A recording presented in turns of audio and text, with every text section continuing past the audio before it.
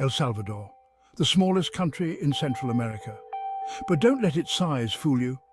This is a land of dramatic landscapes and a rich, vibrant culture. Volcanoes rise up from the heart of the country. Their slopes are often cloaked in lush rainforests. The Pacific Ocean crashes against its shores. The waves offer up both beauty and the bounty of the sea. This is a land where ancient history and modern life intertwine. You can feel it in the air. You see it in the faces of the people. The Salvadoran people, with their warmth and resilience, are the heart and soul of this small but mighty nation. Throughout centuries of change, they have held on to their traditions, their spirit unbroken. This is their story. Long before the arrival of Europeans, El Salvador was home to a people known as the Pipil. They were descendants of the great civilizations of Mesoamerica, inheriting their knowledge and traditions. The Pipil were drawn to this land by its fertile volcanic soil. Here they built their cities and temples, worshipping gods like Totec and Quetzalcoatl. Their legacy can be seen in the ruins they left behind. Places like Tazumal and Joya de Seren offer glimpses into their lives. These archaeological sites tell us about their beliefs, their art, and their sophisticated understanding of agriculture. The Pipil were masters of irrigation, transforming the volcanic landscape into a breadbasket. They cultivated maize, beans, and cacao, the food of the gods. The Pipil language, Nahuatl, still echoes through the centuries. It survives in the names of places, in the rituals of shamans, and in the hearts of those who remember their ancestors. The Pipil may be gone, but their presence is woven into the very fabric of El Salvador. The 16th century brought with it the arrival of the Spanish, a powerful force that would forever alter the course of history in this region.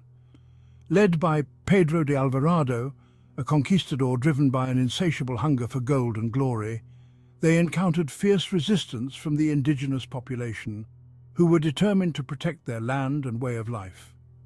The Pipil warriors fought bravely and with great valor to defend their homeland. But the Spanish possessed superior weaponry, including muskets and cannons, and a ruthless determination that proved overwhelming. The fall of the Pipil capital, Cuscatlan, in 1528 marked a significant turning point in the conflict.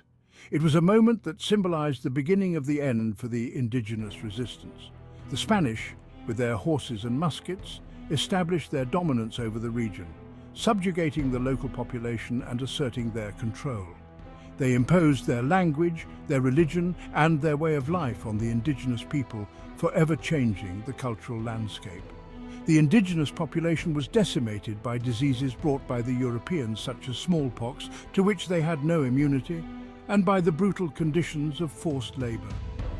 A new order was established, one built on the backs of the conquered, where the Spanish ruled with an iron fist and the indigenous people were relegated to the lowest rungs of society.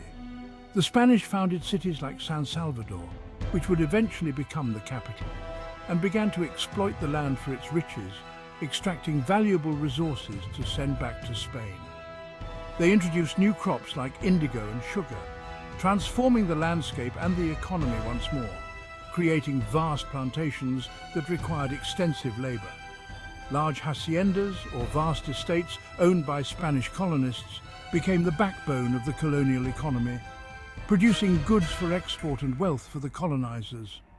But this new wealth came at a heavy price, paid for by the sweat and blood of the indigenous population, who were forced to work under harsh conditions, often with little regard for their well-being or humanity. Section 4. Coffee and Inequality, Seeds of Unrest. As centuries passed, El Salvador's fortunes became increasingly tied to a single crop coffee. This small, seemingly insignificant bean would come to dominate the nation's economy and shape its social structure in profound ways. The volcanic soil, so ideal for maize in the time of the Pipil, proved equally suited to cultivating this precious bean. The rich, fertile earth provided the perfect conditions for coffee plants to thrive, leading to bountiful harvests year after year. Coffee brought wealth to the elite, a small group of families who controlled the land and the government. These families, often referred to as the 14 families, amassed great fortunes and wielded significant political power.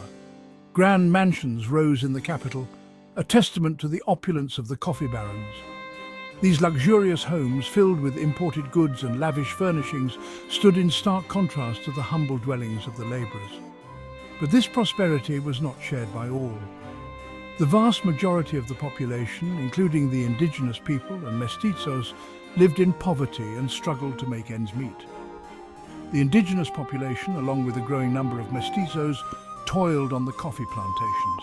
They worked tirelessly, planting, tending and harvesting the coffee beans that would bring wealth to others. They endured long hours, meagre wages and often brutal treatment.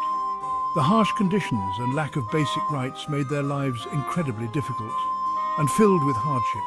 Their lives were a world away from the elegant salons of the coffee elite.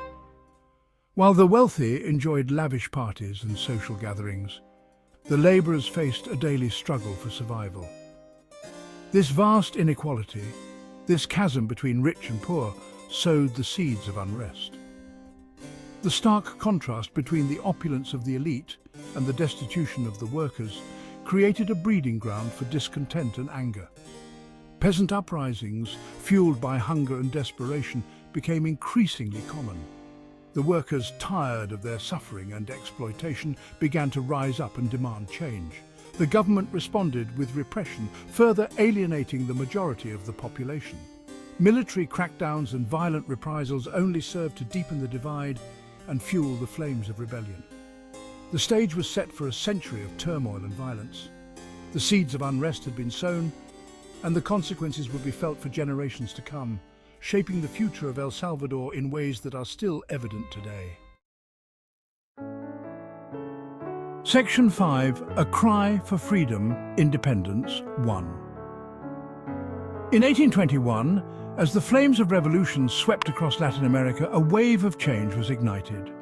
El Salvador, along with its Central American neighbours, declared its independence from Spain, marking a significant turning point in the region's history. It was a moment of great hope, a chance to forge a new destiny free from colonial rule. The air was filled with the promise of a brighter future. But the path to true independence proved to be long and arduous, fraught with numerous challenges and obstacles. Internal divisions and power struggles plagued the newly formed republic as different factions vied for control and influence. The legacy of colonial rule, with its entrenched inequalities, proved difficult to shake off. The social fabric of the nation was deeply scarred. The coffee elite, now wielding power in the newly independent nation, continued to enrich themselves at the expense of the masses, perpetuating a cycle of inequality. Despite these challenges, the spirit of independence burned brightly. The people of El Salvador remained determined to build a nation they could be proud of. The dream of a more just and equitable society where all citizens shared in the fruits of their labour continued to inspire and motivate the populace. Efforts to create a fairer society were evident in the community's collective actions and aspirations. But the struggle for true freedom was far from over. The road ahead was filled with battles both literal and metaphorical. It would take decades of struggle, of sacrifice and resilience for the nation to truly find its footing and begin to heal. Before El Salvador could begin to heal the wounds of its past, it had to confront and overcome numerous challenges, each step bringing it closer to the dream of true independence and unity.